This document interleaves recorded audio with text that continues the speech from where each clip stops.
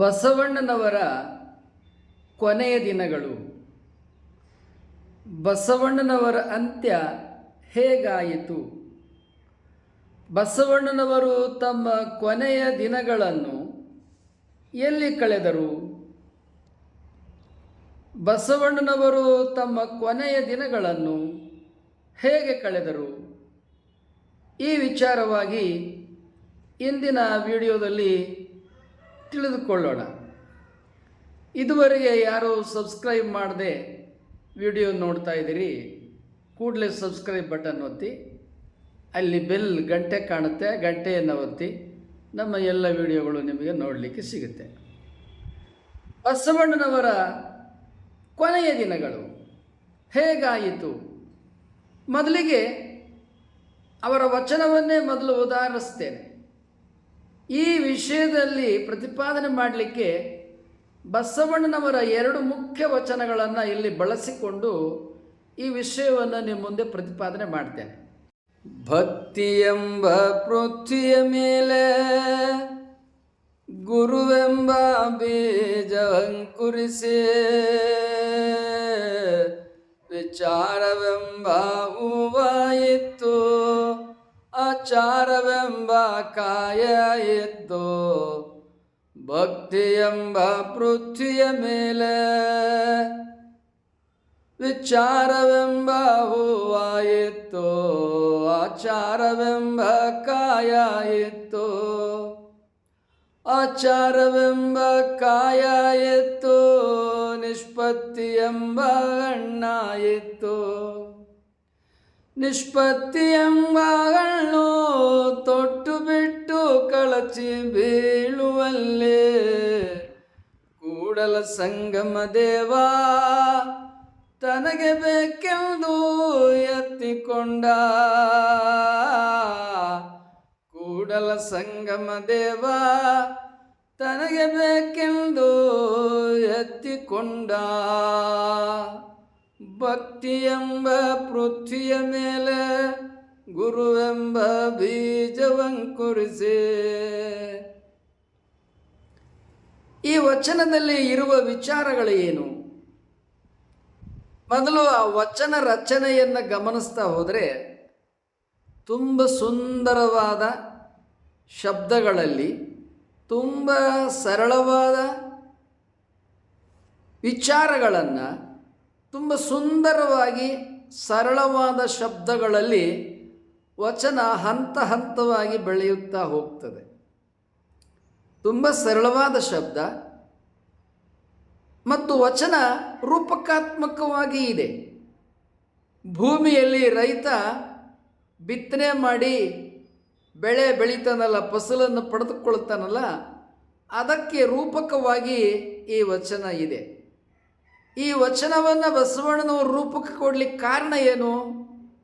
ಅದನ್ನು ಮುಂದೆ ಇದೇ ವಚನ ಬಸವಣ್ಣನವರು ತಮ್ಮ ನಿವೃತ್ತರಾದ ನಂತರದ ದಿನಗಳಲ್ಲಿ ಬಿಜ್ಜಳನ ಭಂಡಾರದಲ್ಲಿ ಕರ್ಣಿಕ ವೃತ್ತಿಯಿಂದ ನಿವೃತ್ತರಾದ ಮೇಲೆ ಸಿದ್ಧರಸ ಭಂಡಾರಿಗಳ ಕೈ ಕೆಳಗಡೆ ಏನು ಅವರು ಕರ್ಣಿಕರಾಗಿ ಕೆಲಸಕ್ಕೆ ಬಿಜ್ಜಳನ ಭಂಡಾರದಲ್ಲಿ ಸೇರಿಕೊಂಡಿದ್ರಲ್ಲ, ಅವರು ನಿವೃತ್ತರಾದರು.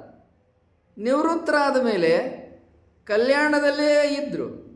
ಕಲ್ಯಾಣದಲ್ಲೇ ಇದ್ದು ಅವರೇನು ಮಾಡಿದ್ರಪ್ಪ? ಬೇಸಾಯವನ್ನು ಶುರು ಮಾಡಿದರು. ಹಸು ಕರು ಆಕಳುಗಳನ್ನೆಲ್ಲ ಕಟ್ಟಿದ್ರು. ಕರಾವು ಇತ್ಯಾದಿ ಎಲ್ಲವೂ ಆರಂಭ ಆಯಿತು. ಯಾಕೆ? ದಾಸೋಹದ ಸಲುವಾಗಿ. ಸ್ವತಃ ಬಸವಣ್ಣನವರು ಬೇಸಾಯವನ್ನು ಶುರು ಮಾಡಿದರು. ಅವರು ಬೇಸಾಯ ಮಾಡಿದ ವಿಚಾರವಾಗಿ ಅವರೇ ತಮ್ಮ ವಚನದಲ್ಲಿ ಹೇಳ್ತಾರೆ, ಆರಂಭ ಮಾಡುವೆನಯ್ಯ ಗುರುಪೂಜೆಗೆಂದು ಅಂತ. ಇಲ್ಲಿ ಕೂಡ ವಚನದಲ್ಲಿ ಬರ್ತದೆ, ಭಕ್ತಿ ಎಂಬ ಪೃಥ್ವಿಯ ಮೇಲೆ ಗುರುವೆಂಬ ಬೀಜವಂಕುರಿಸಿ ಅಂತ. ಅಲ್ಲಿ ಬೇಸಾಯ ಮಾಡ್ತೀನಿ ಅಂತಾರೆ. ಆರಂಭ ಮಾಡುವೆನಯ್ಯ ಗುರು ಪೂಜೆಗೆಂದು. ಹಾಗೆ ಇಲ್ಲಿ ಭಕ್ತಿ ಎಂಬ ಪೃಥ್ವಿಯ ಮೇಲೆ ಗುರುವೆಂಬ ಬೀಜ ಅಂಕುರಿಸಿ. ಅಲ್ಲಿಯೂ ಗುರು ಶಬ್ದ ಬರ್ತದೆ, ಇಲ್ಲಿಯೂ ಗುರು ಶಬ್ದ ಬರ್ತದೆ. ಅಲ್ಲಿಯೂ ಬೇಸಾಯ ಬರ್ತದೆ, ಇಲ್ಲಿಯೂ ಬೇಸಾಯ ಮಾಡಿ ಫಸಲನ್ನು ಪಡೆದುಕೊಂಡದ್ದು ಬರುತ್ತದೆ. ಹಾಗಾದರೆ ಬಸವಣ್ಣನವರು ಗುರುಗಳು ಯಾರಪ್ಪ? ಅಲ್ಲಮ್ಮ ಪ್ರಭುದೇವರು. ಹೆಚ್ಚಿನ ವಿಚಾರಗಳು ನಮ್ಮ ಅನೇಕ ವಿಡಿಯೋಗಳಲ್ಲಿ ಸಿಗ್ತದೆ. ಈಗ ವಿಷಯ ಮುಂದಕ್ಕೆ ಮುಂದುವರಿಯೋಣ. ಬಸವಣ್ಣನವರು ನಿವೃತ್ತರಾದ ಮೇಲೆ ಕಲ್ಯಾಣದಲ್ಲಿಯೇ ನೆಲೆಸಿದರು. ತಾವು ಏನು ಬಿಜ್ಜಳನ ಭಂಡಾರದಲ್ಲಿ ಕರ್ಣಿಕರಾಗಿ ಕೆಲಸಕ್ಕೆ ಸೇರಿಕೊಂಡಾಗ ಹರಿಹರ ಹೇಳುವಂತೆ ವರ್ಷಕ್ಕೆ 100 ಹೊನ್ನಂ ನಿಶ್ಚಯವಂ ಮಾಡಿ ಅಂತ ಕವಿ ಹರಿಹರ ಬರೀತಾನೆ. ಬಸವಣ್ಣನವರಿಗೆ 1 ವರ್ಷಕ್ಕೆ 100 ಹೊನ್ನನ್ನು ಸಂಬಳವಾಗಿ ಬಿಜ್ಜಳನ ಭಂಡಾರದಲ್ಲಿ ಸಿದ್ಧರಸ ಭಂಡಾರಿಗಳು ಗೊತ್ತು ಮಾಡಿದರು. 100 ಹೊನ್ನು. ಈಗ ಬಸವಣ್ಣನವರು ಬಿಜ್ಜಳನ ಭಂಡಾರದಲ್ಲಿ ಎಷ್ಟು ವರ್ಷ ಕೆಲಸ ಮಾಡಿದರು? ನಮ್ಮ ಪ್ರಕಾರ ಬಸವಣ್ಣನವರು 32ನೇ ವಯಸ್ಸಿಗೆ ಬಿಜ್ಜಳನ ಭಂಡಾರದಲ್ಲಿ ಕರ್ಣಿಕರಾಗಿ ಕೆಲಸಕ್ಕೆ ಸೇರಿಕೊಂಡ್ರು. ನಮ್ಮ ವಿಚಾರ ಸರಣಿಯ ಪ್ರಕಾರ ಬಸವಣ್ಣನವರು ಬಿಜ್ಜಳನ ಭಂಡಾರದಲ್ಲಿ ತಮ್ಮ 64ನೇ ವಯಸ್ಸಿಗೆ ನಿವೃತ್ತರಾದರು. ಅಂದ್ರೇನು, 32 ವರ್ಷಗಳ ಕಾಲ ಬಿಜ್ಜಳನ ಭಂಡಾರದಲ್ಲಿ ಅವರು ಕರ್ಣಿಕರಾಗಿಯೇ ಮುಂದುವರಿದರು.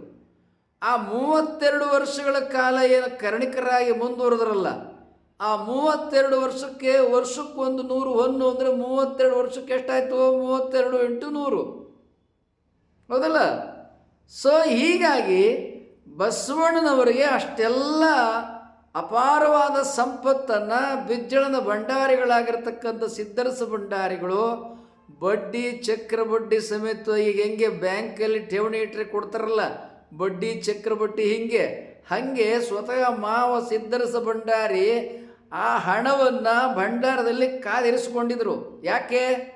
ಮಗಳನ್ನ ಕೊಟ್ಟು ಲಗ್ನ ಮಾಡಿದ್ರಲ್ವಾ, ಮತ್ತು ಅಳಿಯ ಮಗಳು ಸುಖವಾಗಿರ್ಬೇಕಲ್ವಾ, ಅದಕ್ಕಾಗಿ ಬಿಜ್ಜಳದ ಭಂಡಾರದಲ್ಲಿ ಆ ದುಡ್ಡನ್ನು ವಿನಿಮಯ ಮಾಡಿ ಠೇವಣಿಯಾಗಿ ಅದನ್ನು ಬಡ್ಡಿ ಚಕ್ರಬಡ್ಡಿ ಬೆಳೆಯುವ ಹಾಗೆ ಮಾಡಿದರು. ಬಸವಣ್ಣನವರು ಯಾವಾಗ ತಮ್ಮ 64ನೇ ವಯಸ್ಸಿಗೆ ನಿವೃತ್ತರಾದರು, ಆ ಅಪಾರವಾದ ಹೊನ್ನನ್ನು ಬಸವಣ್ಣನವರಿಗೆ ಸ್ವತಃ ಮಾವ ತಮ್ಮ ಕೈಯಾರೆ ಕೊಟ್ಟರು. ಅವರು ಸಿದ್ಧರಸ ಭಂಡಾರಿಗಳು ಬಿಜ್ಜಳನ ಕಾಲಾನಂತರದಲ್ಲಿಯೂ ಬದುಕಿದರು. ಸಿದ್ಧರಸ ಭಂಡಾರಿಗಳು ಬಿಜ್ಜಳನ ಮಗ ಸೋವಿದೇವ ಕಾಲವಾಗ್ತಾನೆ 10 ವರ್ಷ ರಾಜ್ಯಭಾರಿ, ಆ ನಂತರವೂ ಬದುಕಿದರು. ಇವು 5 ಶಾಸನಗಳು ಇದ್ದಾವೆ. ಇವನ್ನೆಲ್ಲ ಆಗಲೇ ನಾನು ವಿಡಿಯೋ ಮಾಡಿದ್ದೇನೆ. ಅವನ್ನು ಇನ್ನೊಂದು ಸಂದರ್ಭದಲ್ಲಿ ನಿಮಗೆ ವಿಡಿಯೋ ಬೇಕು ಅಂದರೆ ಮತ್ತೆ ಅದನ್ನು ವಿಡಿಯೋ ಮಾಡಿ ನಿಮಗೆ ಮುಂದೆ ಇಡ್ತೇನೆ. ಹರಿಹರ ಹೇಳುವ ಹಾಗೆ ಸಿದ್ಧರಸ ಭಂಡಾರಿಗಳು ಹೊಂದಿದ ನಪುತ್ರಕಂ ಅಂತ ಬರೀತಾನೆ. ಸಿದ್ಧರಸ ಭಂಡಾರಿಗಳಿಗೆ ಗಂಡು ಮಕ್ಕಳು ಇದ್ದರು, ಹೆಣ್ಣುಮಕ್ಕಳು ಇದ್ದರು. ಮತ್ತು ಸಿದ್ಧರಸ ಭಂಡಾರಿಗೆ 2 ಹೆಂಡತಿಯರು. ಒಬ್ಬಳ ಹೆಸರು ಮಲುಹಣ ದೇವಿ, ಶಾಸನದಲ್ಲಿ ಹೆಸರಿದೆ. ಸಿದ್ಧರಸ ಭಂಡಾರಿಗಳ ಒಬ್ಬಳು ಪತ್ನಿ ಹೆಸರು ಮಲುಹಣಿ ದೇವಿ, ಇನ್ನೊಬ್ಬಳ ಹೆಸರು ಕಾಮಿನಿ ದೇವಿ. ಇದು ಶಾಸನದಲ್ಲಿ ಸಿಗ್ತದೆ. ಆದದ್ದರಿಂದ ಸಿದ್ಧರಸ ಭಂಡಾರಿಗಳಿಗೆ 2 ಹೆಂಡತಿಯರಲ್ಲಿ ಅನೇಕ ಮಕ್ಕಳುಗಳಿದ್ದಾರೆ. ಮಾಯಿದೇವ ಅಂತ ಒಬ್ಬ ಮಗ ಕೂಡ ಇದ್ದಾನೆ, ಶಾಸನದಲ್ಲಿ ಸಿಗ್ತದೆ. ಹಾವೇರಿ ಶಾಸನದಲ್ಲಿ ಸಿದ್ದೇಶ್ವರ ದೇವಾಲಯಕ್ಕೆ ದತ್ತಿ ಕೊಡ್ತಕ್ಕಂಥ ಅವರಪ್ಪನ ಹೆಸರಿನಲ್ಲಿ ಮಾಯಿದೇವ ಸಿದ್ದೇಶ್ವರ ದೇವಾಲಯವನ್ನು ಹಾವೇರಿ ಹಾನಗಲ್ ತಾಲೂಕಲ್ಲಿ ಕಟ್ಟಿಸಿದ್ದಾನೆ. ಅಲ್ಲಿಗೆ ದತ್ತಿ ಕೊಡ್ತಕ್ಕಂಥ ಸಂದರ್ಭದಲ್ಲಿ 2 ಸಲ ಸ್ವತಃ ಸಿದ್ದೇಶ್ವರ ದೇವಾಲಯದ ಪೂಜಾ ಸಂದರ್ಭದಲ್ಲಿ ಸಿದ್ಧರಸ ಭಂಡಾರಿಗಳೇ ಅಲ್ಲಿದ್ದು ದತ್ತಿ ಕೊಟ್ಟಿದ್ದಾರೆ. ಇನ್ನೊಂದು ಸಲ ಅವ್ರ ಮಗ ದತ್ತಿ ಕೊಟ್ಟಿದ್ದಾನೆ. ಹೀಗೆ ಸಿದ್ಧರಸ ಭಂಡಾರಿಗಳು 2 ಪತ್ನಿಯರು, 2 ಪತ್ನಿಯರಿಗೂ ಮಕ್ಕಳುಗಳಿದ್ದರು. ಅವನು ಹರಿಹರ ಹೇಳ್ದಂಗೆ ಅಪುತ್ರಕ ಏನಲ್ಲ, 2 ಮಕ್ಕಳಿದ್ರು. ಆ 2 ಮಕ್ಕಳಲ್ಲಿ ಈ ಮಾಯಿದೇವ ಮತ್ತು ಮಾಯಿದೇವಿ, ಹರಿಹರನೇ ಬರೀತಾನೆ, ನೀಲಾಂಬಿಕೆ ಹೆಸರು ಮಾಯಿದೇವಿ ಅಂತ. ಈ ಮಾಯಿದೇವಿ ಇಬ್ಬರೂ ಕೂಡ ಮಲುಹಣಿ ದೇವಿಯ ಮಕ್ಕಳುಗಳು. ಮತ್ತು ಆ ಮಾಯಿದೇವನಿಗೆ ಇನ್ನೂ ಅನೇಕ ಮಕ್ಕಳುಗಳು, ಸಿದ್ಧರಸ ಭಂಡಾರಿಗಳಿಗೆ ಅನೇಕ ಮಕ್ಕಳು ಮೊಮ್ಮಕ್ಕಳುಗಳೆಲ್ಲ ಇದ್ದಾರೆ. ಅವೆಲ್ಲ ಶಾಸನದಲ್ಲಿ ಸಿಗ್ತದೆ. ಆದ ಕಾರಣ ಅವನ ಒಪ್ಪುತ್ರಕ ಏನಲ್ಲ ಸಿದ್ಧರಸ ಭಂಡಾರಿ. ಬಸವಣ್ಣನವರು ನಿವೃತ್ತರಾದ ಮೇಲೆ ಕಲ್ಯಾಣದಲ್ಲಿಯೇ ನೆಲೆಸಿದರು. ಸಿದ್ಧರಸ ಭಂಡಾರಿಗಳು ಅಳಿಯನಿಗೆ ಆ ಬಡ್ಡಿ ಚಕ್ರಬಡ್ಡಿ ಸಮೇತವಾಗಿ ಅಪಾರವಾದ ನಿಧಿಯನ್ನು, ಸಂಪತ್ತನ್ನು ಅಳಿಯನಿಗೆ ಕೊಟ್ಟರು. ಸ್ವತಃ ಸಿದ್ಧರಸ ಭಂಡಾರಿ, ನೀಲಾಂಬಿಕೆ ಮತ್ತು ಬಸವಣ್ಣನವರು ಈ ಸಂದರ್ಭದಲ್ಲಿ ವಿಚಾರ ವಿನಿಮಯ ಮಾಡಿದರು. ಈ ದುಡ್ಡನ್ನು ಏನು ಮಾಡಬೇಕು? ಬಸವಣ್ಣನವ್ರನ್ನೇ ಕೇಳಿದರು, ಏನು ಮಾಡಬೇಕು? ಆವಾಗ ಏನು, ಭೂಮಿ ಆಕಳು ಇವೇ ಸಂಪತ್ತು. ಅದಕ್ಕೇನು ಮಾಡಿದ್ರು? ನನಗೆ ಭೂಮಿ ಕೊಡಿ, ಆಕಳು ಕೊಡಿ ಅಂದರು. ಮತ್ತು ನನಗೆ ವಾಸಕ್ಕೆ ಮನೆ ಕೊಡಿ ಅಂದರು. ಸ್ವತಃ ಸಿದ್ದರಸ ಭಂಡಾರಿ ಮಾವ ಆಗಿದ್ದರಿಂದ ಬಸವಣ್ಣನವರಿಗೆ ಕಲ್ಯಾಣದಲ್ಲಿ ಹೊಲವನ್ನು, ಜಮೀನನ್ನು ಕೊಡಿಸ್ಕೊಟ್ರು.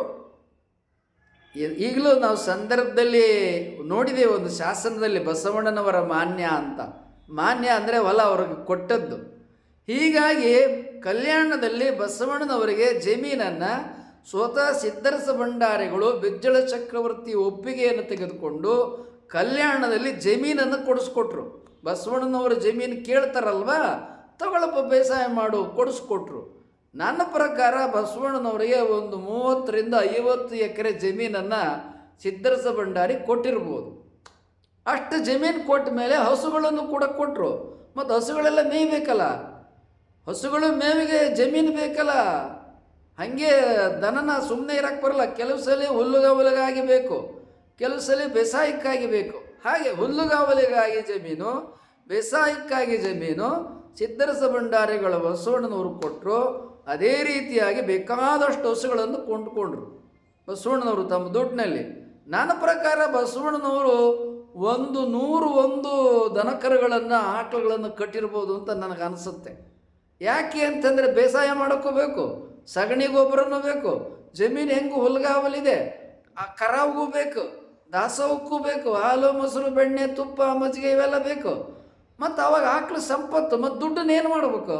ಅದಕ್ಕೆ ಅಲ್ಲಿ ಬಳಸ್ತಿದ್ರು. ನಾವು ಬಸವಣ್ಣನವರ ವಚನಗಳನ್ನು ಬಾಲ್ಯಕಾಲದಿಂದಲೂ ಅಭ್ಯಾಸ ಮಾಡ್ಕೊಂಡು ಬಂದಿದ್ದೇವೆ.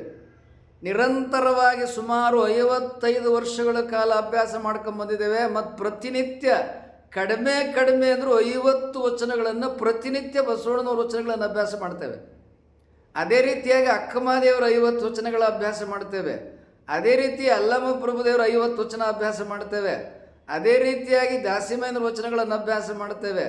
ಅದೇ ರೀತಿಯಾಗಿ ದಂಡನಾಯಕ, ಕೊಂಡಗುಳಿ, ಭಕ್ತಿ, ಭಂಡಾರಿ, ಕೇಶರಾಜರ ಕಂದ ಪದ್ಯಗಳನ್ನು ಅಭ್ಯಾಸ ಮಾಡ್ತೇವೆ ನಿರಂತರವಾಗಿ. ಇವತ್ತು ಕೂಡ ಪೂಜಾ ಕಾಲಕ್ಕೆ ಇವೆಲ್ಲವನ್ನು ನಿತ್ಯ ಅಭ್ಯಾಸ ಮಾಡ್ತೇವೆ. ಹೀಗಾಗಿ ಯಾವುದೇ ವಚನವನ್ನು ಓದಿದರೆ ಈ ವಚನವನ್ನು ಬಸವಣ್ಣನವರು ಯಾವ ಸಂದರ್ಭದಲ್ಲಿ ಬರೆದರು, ಅವರು ಎಷ್ಟು ವಯಸ್ಸಾಗಿತ್ತು, ವಚನ ಏನು ಹೇಳ್ತದೆ, ಈ ಎಲ್ಲ ನಮ್ಮ ಕಣ್ಮುಂದೆ ಚಿತ್ರಣ ಬಂದುಬಿಡ್ತದೆ.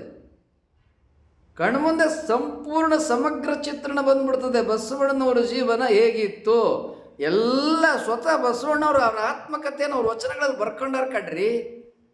ನನಗೆ ಬಹಳ ಬೇಸರ ಯಾಕಾಗ್ತದೆ ಅಂತಂದರೆ, ಕುವೆಂಪು ಅಂತ ರಾಷ್ಟ್ರಕವಿ ಭಾಷಣ ಮಾಡ್ತಾರೆ, ಲೇಖನ ಬರೀತಾರೆ, ಬಸವಣ್ಣನವರು ಕೂಡಲ ಸಂಗಮದ ಒಳಗೆ ಹಾರಿಕೊಂಡ್ರು ಅಂತ.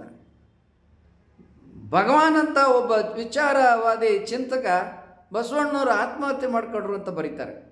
ಚಂಪಾ ಅಂತ ಒಬ್ಬ ಕವಿ ಕೂಡ ಬಸವಣ್ಣ ಆತ್ಮಹತ್ಯೆ ಮಾಡ್ಕೊಂಡ್ರು ಅಂತ ಮಾತಾಡ್ತಾರೆ. ಇವರೆಲ್ಲ ಯಾರ್ರೀ? ನೀವು ಬಸವಣ್ಣವ್ರ ವಚನಗಳು ಅಧ್ಯಯನ ಮಾಡಿದ್ರೇನ್ರಿ? ಎಷ್ಟು ವಚನ ಗೊತ್ತ್ರಿ ನಿಮಗೆ? ಎಷ್ಟು ವಚನ ನೀವು ಅಧ್ಯಯನ ಮಾಡಿದಿರಿ? ಏನೂ ಅಧ್ಯಯನ ಮಾಡಿಲ್ಲ. ಎಷ್ಟು ಗ್ರಂಥಗಳನ್ನು ಅಭ್ಯಾಸ ಮಾಡಿದಿರಿ? ಏನೇನೂ ಅಭ್ಯಾಸ ಮಾಡಿಲ್ಲ. ಸೊಳ್ಳೆ ಪಟಾಕಿ ಹೊಡಿತಾರೆ. ಇವು ಸಾಹಿತಿಗಳಿರ್ಬೋದು, ಕವಿಗಳಿರ್ಬೋದು, ವಿದ್ವಾಂಸರಿರ್ಬೋದು. ಆದರೆ ಪಟಾಕಿ ಹೊಡೆಯೋದನ್ನು ನಾವು ಇಷ್ಟಪಡೋದಿಲ್ಲ. ನಾವು ಮಾತನಾಡಬೇಕಾದ್ರೆ ನಮ್ಮ ಮಾತಿಗೆ ಒಂದು ಗಾಂಭೀರ್ಯ ಇರಬೇಕು, ಅದಕ್ಕೊಂದು ತೂಕ ಇರಬೇಕು, ಅದಕ್ಕೊಂದು ವೈಟೇಜ್ ಇರಬೇಕು, ಅದಕ್ಕೊಂದು ಅಥಾರಿಟಿ ಇರಬೇಕು. ಇವತ್ತು ನಿರ್ದಾಕ್ಷಿಣ್ಯವಾಗಿ ಹೇಳ್ತೀನಿ, ಚಂದ್ರಶೇಖರ್ ಪಾಟೀಲ್, ಚಂಪಾ, ಭಗವಾನ್ ಈ ಥರ ಮಾತಾಡ್ತಾರೆ. ಇತ್ತೀಚೆಗೆ ಯೂಟ್ಯೂಬ್ನಲ್ಲಿ ಭಾಳ ಜನ ಬಂದುಬಿಟ್ಟಿದ್ದಾರೆ. ಬಸವಣ್ಣನವರು ಅಂತ ಹೇಗಾಯಿತು ಗೊತ್ತಾ, ಏನೋ ಇವನೇನು 12ನೇ ಶತಮಾನದಲ್ಲಿ ಇದ್ದ ಅನ್ನೋ ಮಾತಾಡ್ತಾರೆ. ಅವರು ಕೊಲೆ ಆದರು, ಇಂಥದ್ದು ದುಷ್ಟ ಶಕ್ತಿಗಳು ಅವ್ರನ್ನ ಕೊಲೆ ಮಾಡಲಿಕ್ಕೆ ಕಾರಣ ಆದರು. ಈಗಲೂ ಅನೇಕರು ಪ್ರವಚನ ಮಾಡ್ತಾರೆ, ಬಸವಣ್ಣವ್ರು ಹಿಂಗೆಲ್ಲ ಮಾಡಿ ಅವ್ರನ್ನೆಲ್ಲ ಜೀವನವನ್ನು ಹಾಳು ಮಾಡಿದ್ದು, ಅವರು ದಾರುಣವಾಗಂಗೆ ಮಾಡಿದ್ದು ಅಂತ ಅನೇಕರು ಬರೇ ಬುರುಡೆ ಬಿಡ್ತಾರೆ. ಇಂಥ ಬುರುಡೆ ಬಿಡಲಿಕ್ಕೆ ಕಾರಣರ ಯಾರು ಗೊತ್ತೇನ್ರಿ? ಮೊದಲನೇದು 17ನೇ ಶತಮಾನದಲ್ಲಿ ಬಂದೈತು ಒಂದು ಬಿಜ್ಲರಾಯ ಚರಿತೆ ಅಂತ, ಬಿಜ್ಲರಾಯ ಪುರಾಣ, ಬಿಜ್ಲರಾಯ ಚರಿತೆ ಅಂತ 2 ಕಾವ್ಯ ಬಂದಿದ್ದಾವೆ. ಪುಟ್ಟ ಕಾವ್ಯಗಳು, ಅವು ಕಾವ್ಯನೇ ಅಲ್ಲ, ಹಸಿ ಹಸಿ ಕಾರ್ಕೊಂತವೆ. ಹೀಗೆ ಹೆಂಗೆ ಏನೂ ಓದಿಲ್ಲದೆ ಭಗವಾನು ಬುರುಡೆ ಬಿಡ್ತಾರೋ ಹಾಗೆ ಅದೊಂದು ಬುರುಡೆ ಕಾವ್ಯ, ಸುಳ್ಳು ಕಾವ್ಯ.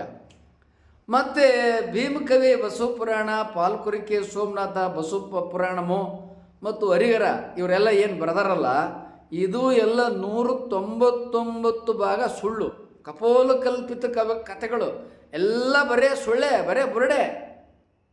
ಅದರೊಳಗೆ ಸತ್ಯ ವಿಚಾರಗಳು ಭೀಮಕವಿಯಲ್ಲಿ ಯಾವುದಿರ್ಬೋದಪ್ಪ ಅಂತ ಹೇಳಿದರೆ, ಉಪನಯನ ಆಯಿತು ಅಂತ ಹರಿಹರ ಬರೀತಾನೆ, ಜನವಾರ ಕಿತ್ತಾಕಿ ಹೋದರು ಅಂತ ಹರಿಹರ ಬರೀತಾನೆ, ಅದು ಸತ್ಯ.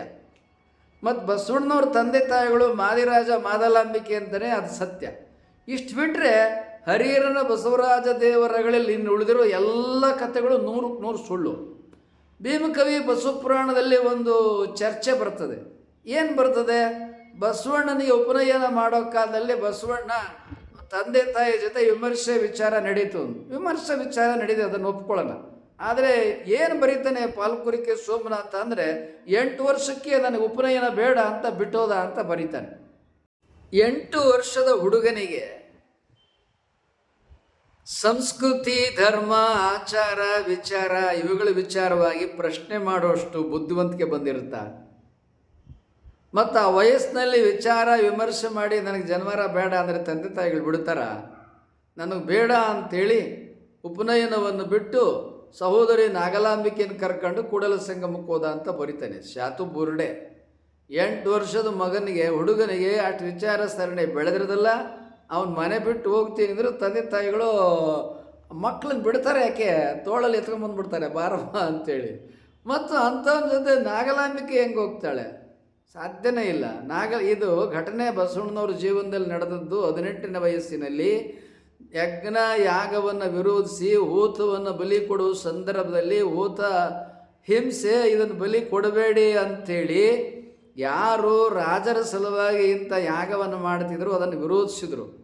ತಂದೆ ಮಗನ ಕೂರಿಸ್ಕೊಂಡು, ನೋಡಪ್ಪ ನಾವು ಜನ್ವಾರ ಹಾಕಿರೋದು ಯಾಕೆ ಗೊತ್ತಾ? ಈ ಯಜ್ಞ ಮಾಡೋಕ್ಕೆ, ಅದಕ್ಕೆ ಇದನ್ನು ಯಜ್ಞೋಪವೀತ ಅಂತ ಕರೆಯೋದು. ಈ ಯಜ್ಞ ಯಾಗ ಮಾಡೋದರಿಂದ ನಮಗೆ ಧನ ಕನಕ ಸಂಪತ್ತು, ರಾಜ ಮಹಾರಾಜರಿಗೆ ಜನರುಗಳಿಗೆ ನಾವು ಗುರು ಆಗ್ತೀವಿ. ಇದನ್ನು ಮಾಡೋದು ಬಿಟ್ಬಿಟ್ರೆ ನಮ್ಮ ಭೂಲೋಕದಲ್ಲಿ ಗುರು ಅನ್ನತಕ್ಕಂಥ ಗೌರವ ಮನ್ನಣೆ ಸಿಗೋದಿಲ್ಲ. ಆದ್ದರಿಂದ ನೀನಿದು ಇದನ್ನು ವಿರೋಧಿಸಬೇಡ ಅಂತ ತಂದೆ ಮಾದಿರಾಜ ಮಗ ಬಸವಣ್ಣನಿಗೆ ಹೇಳ್ತಾರೆ. ಅಪ್ಪನಿಗೆ, ಅಪ್ಪ ನೀವು ಸಕಲ ಜೀವಾತ್ಮರಿಗೆ ಲೇಸ ಬಯಸಬೇಕು, ದಯವೇ ಬೇಕು ಸಕಲ ಪ್ರಾಣಿಗಳಲ್ಲಿ ಅಂತ ಹೇಳ್ತೀರಿ. ಮತ್ತು ನೀವೇ ಹಿಂಸೆ ಮಾಡ್ತಿರಲ್ಲ, ಸರ್ವೇ ಜನೋ ಸುಖಿನೋ ಭವಂತು ಅಂತೀರಿ. ಹಿಂಗೆ ಅನೇಕ ಶ್ಲೋಕ ಮಂತ್ರ ಹೇಳ್ತೀರಿ, ಮತ್ತು ಪ್ರಾಣಿ ಬಲಿ ಕೊಡೋದು ತಪ್ಪಲ್ವಾ ಅಂತ ಹೇಳಿದಾಗ, ನೋಡಪ್ಪ ದೊಡ್ಡವರು ನಾವು ವಿರೋಧಿಸಕ್ಕೆ ಬರಲ್ಲ, ನೀನು ಒಪ್ಕೋ, ಮುಂದೆ ನೀನು ದೊಡ್ಡವನಾದ್ಮೇಲೆ ಏನು ಬೇಕಾದ್ರೂ ಮಾಡ್ಕೋ ಅಂಥೇಳಿ ಬಹಳ ಮಗನಿಗೆ ತಿಳಿ ಹೇಳ್ತಾರೆ. ಆದರೆ ಬಸವಣ್ಣ ಒಪ್ಪೋದಿಲ್ಲ. ಪ್ರಶ್ನೆ ಕೇಳ್ತಾರೆ, ಅಪ್ಪ ಈ ಜನಿವಾರದಿಂದ ನನಗೆ ಶಿವ ಪರಮಾತ್ಮ ಸಿಗ್ತಾನೇನೋ? ಮಗು, ಅವ್ರ ತಂದೆ ಬಾದಿರಾಜ ಬಸವಣ್ಣನವ್ರಿಗೆ ಹೇಳ್ತಾರೆ, ಮಗು ಈ ಯಜ್ಞೋಪವೀತಕ್ಕೂ ಶಿವನಿಗೂ ಸಂಬಂಧವಿಲ್ಲ. ಈ ಯಜ್ಞೋಪವೀತವನ್ನು ನಾವು ಧರಿಸೋದು ಹೊಟ್ಟೆಪಾಡಿಗಾಗಿ. ಇದನ್ನು ಹಾಕ್ಕೊಂಡು ಯಜ್ಞ ಯಾಗ ಹವನ ಹೋಮ ಪೂಜೆ ಇವೆಲ್ಲ ಮಾಡೋದ್ರಿಂದ ನಮ್ಗೆ ಧನ ಕನಕ ಕೀರ್ತಿ ಗೌರವ ಸಂಪತ್ತು ಸಿಗ್ತದೆ.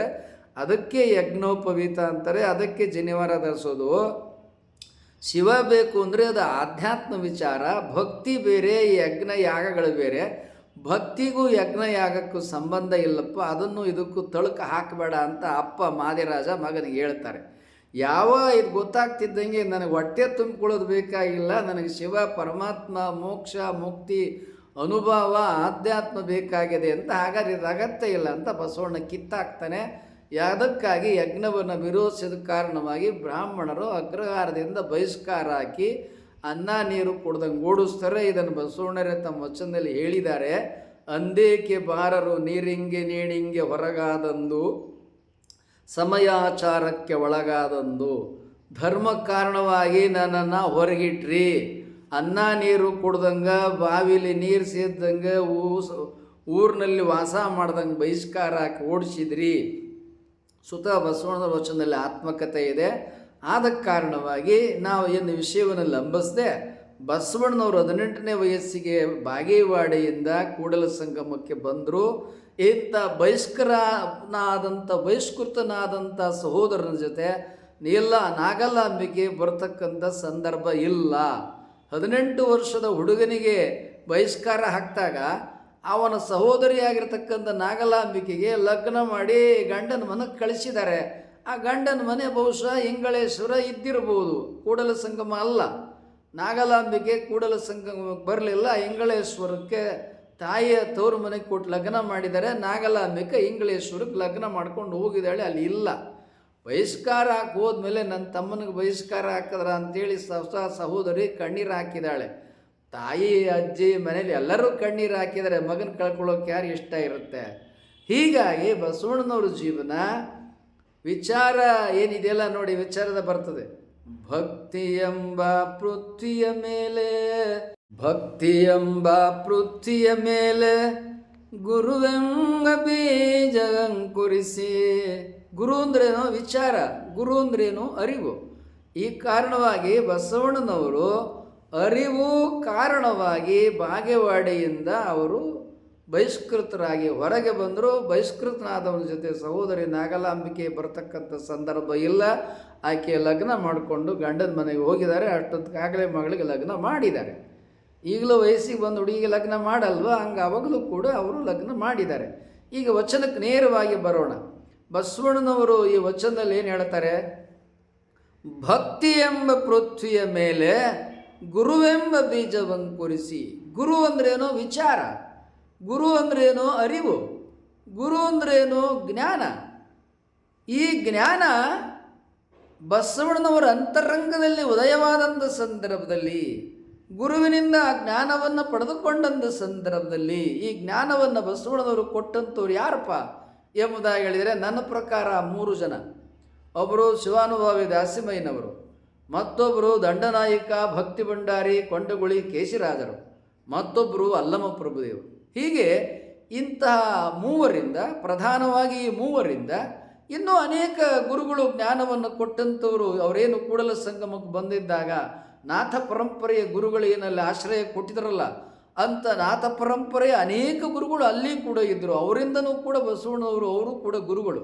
ಒಬ್ಬ ವ್ಯಕ್ತಿಗೆ ಅನೇಕ ಗುರುಗಳಿರ್ತಾರೆ, ಒಬ್ಬನೇ ಗುರುಗಳೇನು ಇರೋದಿಲ್ಲ ಜ್ಞಾನವನ್ನು ಪಡ್ಕೊಂಡಕ್ಕಂಥ ಸಂದರ್ಭದಲ್ಲಿ. ಹೀಗಾಗಿ ಕೂಡಲಕ್ಕೆ ಸಂಗಮಕ್ಕೆ ಬಂದಾಗ ನಾಥ ಸಂಪ್ರದಾಯದ ಗುರುಗಳು ಅವರು ಬೇರೆ ಏನೇನೋ ಹೇಳ್ತಾರೆ. ಹರಿಹರ ಇವನು ಸಿಂಗಿರಾಜ ಜಾತವೇದ ಮುನಿಗಳು ಬಂದರು, ಅವರು ಪಂಚಾಚಾರ ಪರಂಪರೆ, ಇವೆಲ್ಲ ಸುಳ್ಳು. ಇವೆಲ್ಲ ಅವರು ನಾಥ ಪರಂಪರೆ. ಅತಿವರ್ಣಾಶ್ರಮದ್ದು ಸಂಗಮನಾಥ ದೇವಾಲಯ ಹೆಸರು ತಿಳ್ಕೊಬೇಕು, ಶಾಸನದಲ್ಲಿರೋದು ಸಂಗಮನಾಥ ದೇವಾಲಯ. ನಾಥ ಅಂದರೆ ಎಲ್ಲಿಂದದ? ಅದು ನವನಾಥ ಸಿದ್ಧರು ಮಹಾರಾಷ್ಟ್ರದ್ದು. ಅವರು ನಮ್ಮ ಶರಣರಿಗೆ ಪೂರ್ವದಲ್ಲಿ 9ನೇ 10ನೇ 11ನೇ ಶತಮಾನದೊಳಗೆ ಮಹಾರಾಷ್ಟ್ರದಲ್ಲಿದ್ದಂಥವ್ರು. ನಮ್ಮ ಕರ್ನಾಟಕದಲ್ಲಿ ಆದಿಚುಂಚನಗಿರಿ ಸ್ವಾಮೀಜಿಗಳು, ಬಾಲಗಂಗಾಧರನಾಥ ಸ್ವಾಮೀಜಿ, ಪ್ರಸನ್ನಾನಾಥ ಸ್ವಾಮೀಜಿ, ನಿರ್ಮಲಾನಂದನಾಥ ಸ್ವಾಮೀಜಿ, ಹಿಂಗೆಲ್ಲ ಹೆಸರಿದೆಯಲ್ಲ, ಅವರೆಲ್ಲ ಯಾರು? ನವನಾಥ ಪರಂಪರೆಯವರು. ಗೋರಖನಾಥ ಅಲ್ಲಮ ಪ್ರಭುದೇವರ ಶಿಷ್ಯ. ಆದ್ದರಿಂದ ಈ ನಾಥ ಪರಂಪರೆಯ ಗುರುಗಳು ಬಸವಣ್ಣನವರಿಗೆ ಕೂಡಲ ಸಂಗಮದಲ್ಲಿ ಆಶ್ರಯ ಕೊಟ್ಟರು. ಅದು ಅತಿವರ್ಣಾಶ್ರಮದ ಆಶ್ರಮ. ಬಹಿಷ್ಕೃತಗೊಂಡಂಥ ಬಸವಣ್ಣನಿಗೆ ಎಲ್ಲಿಯೂ ಬ್ರಾಹ್ಮಣರು ಆಶ್ರಯ ಕೊಡಲಿಲ್ಲ, ಕೊಡಲ್ಲ. ಇಲ್ಲ. ಹಾಗಾದ್ರೆ ಕೂಡಲ ಸಂಗಮಕ್ಕೆ ಅವ್ರು ಬಂದರೆ ಯಾಕಪ್ಪ ಅಂತ ಹೇಳಿದರೆ, ನಾಥ ಸಂಪ್ರದಾಯದ ಪರಂಪರೆಯವರು ಆದದ್ದರಿಂದ ಅವರು ಎಂಥ ಎಲ್ಲ ಶಿವಭಕ್ತರನ್ನು ತಮ್ಮಲ್ಲಿ ಎಂಬಿಟ್ಟುಕೊಳ್ತಾರೆ. ಆದ ಕಾರಣವಾಗಿ ಸಂಗಮನಾಥ ದೇವಾಲಯಕ್ಕೆ ಕೂಡಲ ಸಂಗಮಕ್ಕೆ ಬಂದು ಅಲ್ಲಿ ಪೂಜಾರಿ ಕಾಯಕವನ್ನು ಕೈಕೊಂಡು ಬಸವಣ್ಣನವರು ಸುಮಾರು 14 ವರ್ಷಗಳ ಕಾಲ ಕೂಡಲ ಸಂಗಮದಲ್ಲಿ ಇದ್ದರು. ಆ ಕಾಲಕ್ಕೆ ಅನೇಕ ತಾಳೆಗರುಗಳು, ಶಾಸ್ತ್ರ ಅಧ್ಯಯನ ಇತ್ಯಾದಿ ವಿಚಾರಗಳನ್ನು ಬಸವಣ್ಣನವರು ಅಲ್ಲಿ ಅಧ್ಯಯನ ಮಾಡಿದರು. ಈಗ ವಚನಕ್ಕೆ ಬರೋಣ. ಬಸವಣ್ಣನವರ ಅಂತ್ಯ: ಭಕ್ತಿ ಎಂಬ ಪೃಥ್ವಿಯ ಮೇಲೆ ಗುರುವೆಂಬ ಬೀಜವಂಕುರಿಸಿ, ಆಚಾರವೆಂಬ ಹೂವಾಯಿತು. ಅಲ್ಲಿ ಹೂವಾಯ್ತದು. ನಿಷ್ಪತ್ತಿ ಎಂಬ ಹಣ್ಣಾಯಿತು. ಬಸವಣ್ಣನವರಲ್ಲಿ ಜ್ಞಾನ, ಸುಜ್ಞಾನ ಮತ್ತು ಸದಾಚಾರವನ್ನು ತಮ್ಮ ಜೀವನದ ಉದ್ದಕ್ಕೂ ಅವರು ಪರಿಪಾಲನೆ ಮಾಡಿದರು. ಅವರಲ್ಲಿ ವಿಚಾರ ಇದೆ, ಚಿಂತನೆ ಇದೆ, ಜ್ಞಾನ ಇದೆ, ಅರಿವಿದೆ. ಇವತ್ತು ಯುವಕರು ನಡ್ಕೊಳ್ತಾರಲ್ಲ ಪುಂಡ್ರು ಥರ, ಆ ಪುಂಡು ಬುದ್ಧಿ ಬಸವಣ್ಣವರಲ್ಲಿ ಇಲ್ಲ.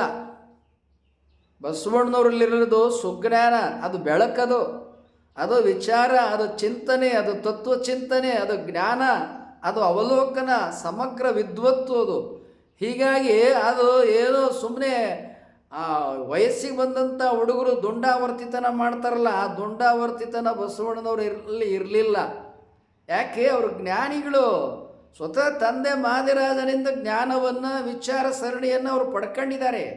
ಆದ ಕಾರಣ ಅಲ್ಲಿ ಏನು ಕೂಡಲ ಸಂಗಮದಲ್ಲಿ ಬಸವಣ್ಣನವರು ಬಿಜ್ಜಳನ ಭಂಡಾರದಿಂದ ನಿವೃತ್ತರಾದ್ರಲ್ಲ, ನಿವೃತ್ತರಾದ ಮೇಲೆ ಅಪಾರವಾದ ಸಂಪತ್ತು ಬಂತಲ್ಲ, ಆ ಸಂಪತ್ತು ಬಂದ ಮೇಲೆ ಬೇಸಾಯವನ್ನು ಶುರು ಮಾಡಿದರು. ಮತ್ತು ಊಟಕ್ಕೆ ಅನ್ನ ಬೇಕಲ್ಲ, ಮತ್ತು ಆ ದುಡ್ಡನ್ನು ಏನು ಮಾಡಬೇಕು, ಅದನ್ನು ಇನ್ವೆಸ್ಟ್ ಮಾಡಿದರು, ಅದನ್ನು ಬಳಸಿದ್ರು. ಎಲ್ಲಿ ಒಂದು ಭೂಮಿಗೆ, ಇನ್ನೊಂದು ಪಶುಪಾಲನೆಗೆ. ಇವೆರಡೂ ನಮಗೆ ಅನ್ನ ಮತ್ತು ಹಾಲು, ಮೊಸರು, ಬೆಣ್ಣೆ, ತುಪ್ಪ ಕೊಡ್ತವ. ಅಲ್ಲಿ ಜೋಳ, ಕಾಳು, ಇನ್ನೂ ಏನೇನು ಬೇಕಲ್ಲೆಲ್ಲ ಬೆಳೆಯನ್ನು ಬೆಳೀತಾರೆ. ಅದಕ್ಕೆ ಸಲುವಾಗಿ ಸ್ವತಃ ಅವರು ಬೇಸಾಯ ಮಾಡಿದರು. ಆ ಬೇಸಾಯ ಮಾಡುತ್ತಿದ್ದ ಕಾರಣವಾಗಿ ಈ ವಚನ ಅವರಿಂದ ಸೃಷ್ಟಿಯಾಗಿದೆ. ಇಡೀ ವಚನವನ್ನು ಇನ್ನೊಮ್ಮೆ ಹೇಳುತ್ತೇನೆ. ಭಕ್ತಿ ಎಂಬ ಪೃಥ್ವಿಯ ಮೇಲೆ ಗುರುವೆಂಬ ಬೀಜ ಅಂಕುರಿಸಿ ಆಚಾರವೆಂಬ ಹೂವಾಯಿತು, ನಿಷ್ಪತ್ತಿ ಎಂಬ ಹಣ್ಣಾಯಿತು. ನಿಷ್ಪತ್ತಿ ಎಂಬ ಹಣ್ಣು ತೊಟ್ಟು ಬಿಟ್ಟು ಕಳಚಿ ಬೀಳುವಲ್ಲಿ ಕೂಡಲ ಸಂಗಮ ದೇವ ತನಗೆ ಬೇಕೆಂದು ಎತ್ತಿಕೊಂಡ, ತನಗೆ ಬೇಕೆಂದು ಎತ್ತಿಕೊಂಡ. ಬಸವಣ್ಣನವರು ಕೇವಲ ದವಸ ಧಾನ್ಯ, ಪೈರು, ಬೆಳೆ ಇವನ್ನೇ ಬೆಳಿಲಿಲ್ಲ. ಅನೇಕ ಮರಗಳನ್ನು ನೆಟ್ಟರು, ಅನೇಕ ಮರಗಳನ್ನು ಬೆಳೆಸಿದರು. ಅನೇಕ ಮರಗಳು ಅವ್ರ ಭೂಮಿ ಏನು ಕೊಟ್ರಲ್ಲ, ಅಲ್ಲಿ ಅನೇಕ ಮರಗಳು ಇದ್ವು. ಆ ಮರಗಳಲ್ಲಿ ಮಾವಿನ ಮರ ಕೂಡ ಒಂದು. ಆ ಮಾವಿನ ಮರ ಹಣ್ಣಾದದ್ದು ತೊಟ್ಟು ಕಳಚಿ ಬೀಳ್ತದಲ್ಲ, ಆ ದೃಷ್ಟಾಂತ ಈ ವಚನದಲ್ಲಿದೆ. ಸಾಮಾನ್ಯವಾಗಿ ತೊಟ್ಟು ಕಳಚಿ ಬೀಳೋದು ನಾವೆಲ್ಲ ಗಮನಿಸೋದು ಮಾವಿನ ಹಣ್ಣನ್ನು. ಇನ್ನು ತೊಟ್ಟು ಕಳಚಿ ಬೀಳೋದು ಮಲೆನಾಡಿನಲ್ಲಿ ನೋಡ್ತೇವೆ ಬಾಳೆಹಣ್ಣನ್ನು, ಹಲಸಿನ ಹಣ್ಣನ್ನು. ಆದರೆ ಇಲ್ಲಿ ಬಯಲು ಸೀಮೆ, ಬಿಸಿಲು ಪ್ರದೇಶ. ಈ ಬಿಸಿಲು ಪ್ರದೇಶದಲ್ಲಿ ಮಾವಿನ ಮರ ಬೆಳೀತದೆ. ಇಲ್ಲಿ ಬಾಳೆ ತೋಟ ನೀರಾವರಿ ಇದ್ದರೆ ಇಲ್ಲೂ ಬೆಳೆದಿರ್ಬೋದು ಬಾಳೆ ಮರವನ್ನು, ನೀರಾವರಿ ಇದ್ದರೆ ಹಲಸಿನ ಹಣ್ಣನ್ನು ಇಲ್ಲೂ ಬೆಳೆದಿರ್ಬೋದು. ಆದರೆ ವಚನದೊಳಗೆ ಬಸವಣ್ಣವ್ರ ವಚನದಲ್ಲಿ ಹಲಸಿನ ಹಣ್ಣಿನ ವಿಚಾರ ಬಂದಿಲ್ಲ. ಇದ್ದಿರ್ಬೋದು, ಇಲ್ಲದೆ ಇರ್ಬೋದು. ಆದರೆ ಈ ಹಲಸಿನ ಹಣ್ಣು, ಬಾಳೆಹಣ್ಣು, ಮಾವಿನ ಹಣ್ಣು ತೊಟ್ಟು ಕಳಚಿ ಬೀಳೋದನ್ನು ನಾವು ನೋಡಿದ್ದೀವಿ. ಸೊ ಬಸವಣ್ಣವರು ಇದನ್ನು ನೋಡಿದ್ದಾರೆ, ಬೇಕಾದಷ್ಟು ಸಲ ಅನೇಕ ವರ್ಷಗಳ ಕಾಲ ನೋಡಿದ್ದಾರೆ. ನೋಡಿರೋದ್ರಿಂದ ಆ ವಚನ ಇಲ್ಲಿ ರೂಪಕವಾಗಿ ಬರ್ತದೆ ರೀ. ಯಾವುದು ನಮ್ಮ ಕಣ್ಣಿನಲ್ಲಿ ಪ್ರತ್ಯಕ್ಷ ನಾವು ನೋಡಿರಲ್ಲ, ಅದು ನಮ್ಮ ಸಾಹಿತ್ಯದಲ್ಲಿ, ಕಾವ್ಯದಲ್ಲಿ ಭಾಷೆಯಾಗಿ ಅಭಿವ್ಯಕ್ತಿ ಆಗಲ್ಲ. ಸ್ವತಃ ಬಸವಣ್ಣನವರು ಇದು ಅನುಭವ. ಹಣ್ಣು ತೊಟ್ಟು ಕಳಚಿ ಬೀಳೋದನ್ನು ಅನೇಕ ವರ್ಷಗಳ ಕಾಲ ನಿರಂತರವಾಗಿ ನೋಡಿದ್ದಾರೆ. ಆ ಅನುಭವವನ್ನೇ ಇಲ್ಲಿ ಬರೀತಾರೆ. ಈಗ ಕಾಳುಗಳು, ಜೋಳ, ಅವು ಇವು ಬೆಳೆ ಬಂದಾಗ ಅವೇನು ಮಾಡ್ತಾವ, ಅವು ಕೆಳಗೆ ಬೀಳ್ತಾವ. ಸರಿಯಾಗಿ ಟೈಮಿಗೆ ಸರಿಯಾಗಿ ಕೊಯ್ಲು ಮಾಡದೆ ಹೋದ್ರೆ ತೊಟ್ಟು ಕಳಚಿ ಕೆಳಗೆ ಬೀಳ್ತಾವ ಕಾಳು ಎಲ್ಲ. ಇಂಥ ಎಲ್ಲ ಬೇಸಾಯದ ಅನುಭವ ಬಸವಣ್ಣನವರಿಗೆ ಸಮಗ್ರವಾಗಿ ಇದೆ. ಆ ಸಮಗ್ರ ಬೇಸಾಯದ ರೂಪಕವೇ ಈ ವಚನದಲ್ಲಿದೆ. ಈ ಬೇಸಾಯ ಮಾಡೋದರಿಂದ ಈ ವಚನ ನೋಡ್ರಿ, ಭಾಳ ಶಾಂತ ಚಿತ್ತದಲ್ಲಿ ವಚನ ಇದೆ, ಸಮಾಧಾನ ಚಿತ್ತದಲ್ಲಿ ವಚನವನ್ನು ಬರೆದಿದ್ದಾರೆ.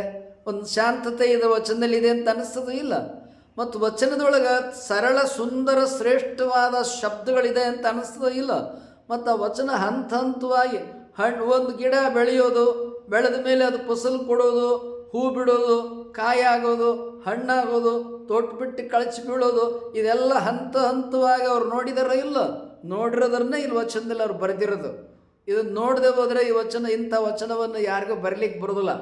ಈ ಕುವೆಂಪು ಬೇಕಾದಷ್ಟಿದ್ರು, ಅವ್ರ ವಚನದಲ್ಲಿ ಹಿಂಗೆ ತೊಟ್ಟು ಕಳಚಿ ಬೀಳೋ ವಿಚಾರ ಅವ್ರ ವಚನದಲ್ಲಿ, ಅವರ ಕುವೆಂಪು ಅವರು ಯಾವ್ದಾರ ಕಾವ್ಯ, ಕತೆ, ಕಾದಂಬರಿ, ಕವಿತೆಗಳಲ್ಲಿ ಅದಾವೇನೋ ಇಲ್ಲ.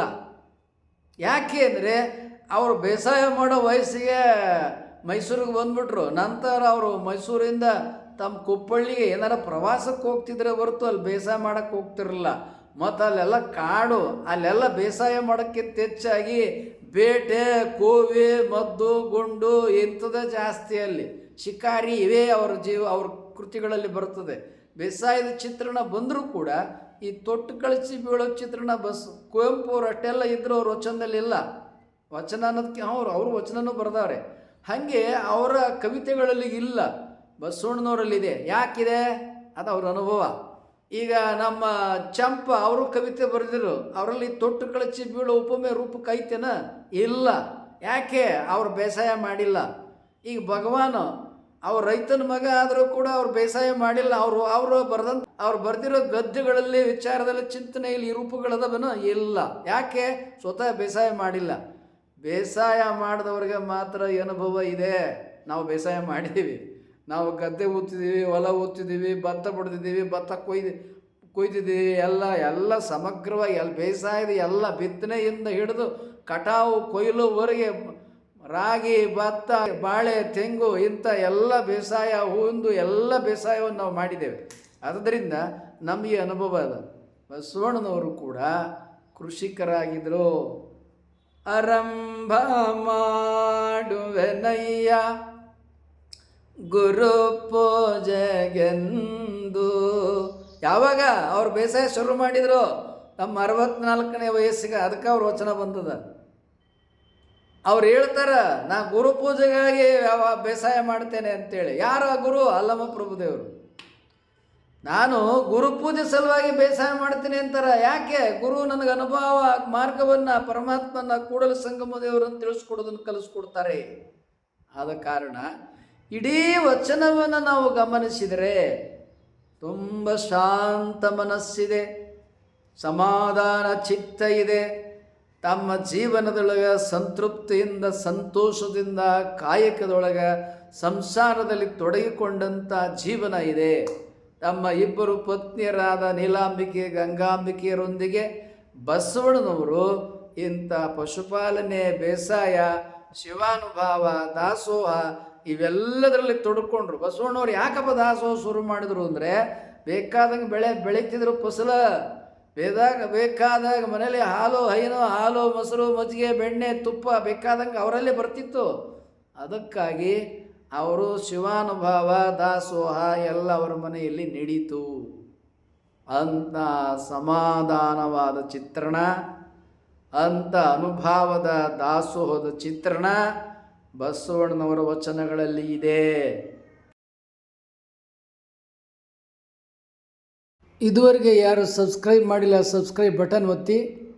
ಹೆಚ್ಚಿನ ವಿಚಾರವನ್ನು ಬಸವಣ್ಣನವರ ಅಂತ್ಯ ಹೇಗಾಯಿತು